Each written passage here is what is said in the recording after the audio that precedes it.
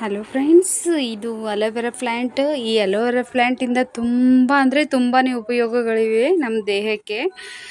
ಹಾಗೆ ನಮ್ಮ ಕೂದಲಿಗೆ, ಚರ್ಮಕ್ಕೆ ತುಂಬ ಉಪಯೋಗ ಇದೆ. ಇದರಿಂದ ನಾವು ಈ ಬೇಸಿಗೆ ಬಿಸಿಯಲ್ಲಿ ಹೇಗೆ ತಾಪವನ್ನು ಕಡಿಮೆ ಮಾಡ್ಕೊಂಡು ನಿಮಗೆ ಈ ಬಿಸಿಲಿನ ತಾಪಮಾನಕ್ಕೆ ಅಲೋವೆರಾಯಿಂದ ಹೇಗೆ ನಾವು ತಾಪವನ್ನು ಕಡಿಮೆ ಮಾಡಿಕೊಳ್ಳೋದು ಅಂತ ತೋರಿಸ್ಕೊಡ್ತೀನಿ ನೋಡಿ. ಮೊದಲಿಗೆ ಈ ಥರ ಕಟ್ ಮಾಡ್ಕೋಬೇಕು. ಈ ಥರ ಎಲ್ಲ ಸೈಡಿಗಿರೋದನ್ನೆಲ್ಲ ಕಟ್ ಮಾಡ್ಕೋಬೇಕು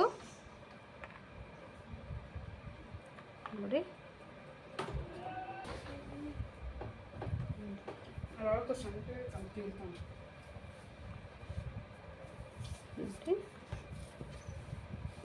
ಈ ಥರ ಡಲ್ನಲ್ಲಿ ಕಟ್ ಮಾಡ್ಕೋಬೇಕು. ಚಿಕ್ಕ ಚಿಕ್ಕ ಪೀಸ್ಗಳನ್ನು ಮಾಡ್ಕೋಬೇಕು.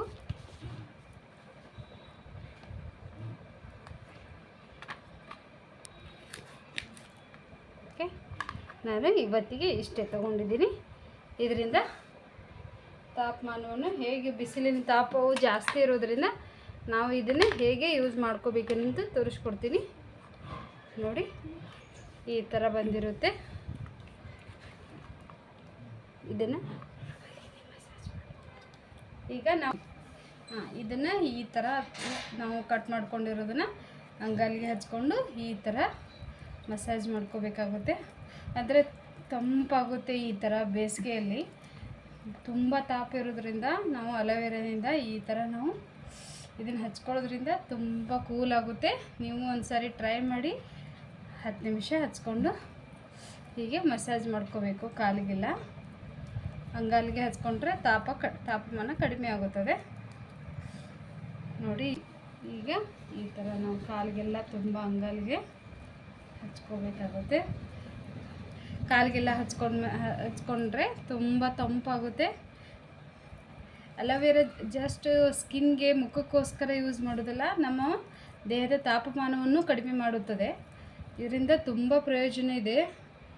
ದೇಹದ ಉಷ್ಣತೆಯನ್ನು ಕಡಿಮೆ ಮಾಡೋದರಲ್ಲಿ ಇದು ತುಂಬ ಅನುಕೂಲಕರವಾಗಿದೆ ನೋಡಿ.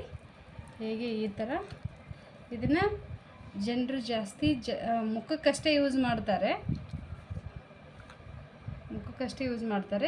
ಹೀಗೆ ನಾವು ಈ ಥರ ಮಾಡಿಕೊಂಡು ಚಿಕ್ಕ ಚಿಕ್ಕ ಪೀಸ್ಕೊಂಡು ಮಾಡಿಕೊಂಡು ಹೀಗೆ ಅಂಗಾಲಿಗೆ ಮಸಾಜ್ ಮಾಡ್ಕೋಬೇಕು. ರಾತ್ರಿ ಮಲಗುವಾಗ ಮಸಾಜ್ ಮಾಡಿಕೊಂಡ್ರೆ ತುಂಬ ತಂಪಾಗುತ್ತೆ.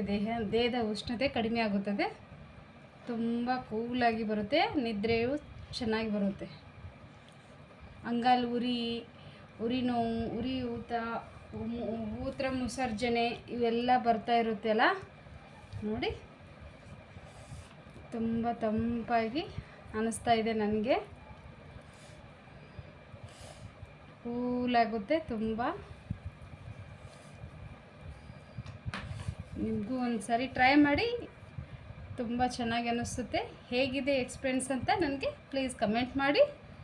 ಆಮೇಲೆ ಇನ್ನಷ್ಟು ಜನಕ್ಕೆ ಉಪಯೋಗ ಆಗಲಿ ಅಂತ ನೀವು ಬೇರೆಯವ್ರಿಗೆ ಶೇರ್ ಮಾಡಿ. ಬೇರೆಯವ್ರಿಗೂ ಈ ವಿಷಯ ಉಪಯುಕ್ತವಾಗಲಿ ಅಂತ ಕೇಳ್ಕೊಳ್ತೀನಿ. ಮತ್ತು ಈ ಗಿಡವನ್ನು ಎಲ್ಲರೂ ನಿಮ್ಮ ಮನೆಯ ಮುಂದೆ ಹಚ್ಕೊಳ್ಳಿ. ಇದರ ಉಪಯೋಗಗಳು ತುಂಬ ಇವೆ.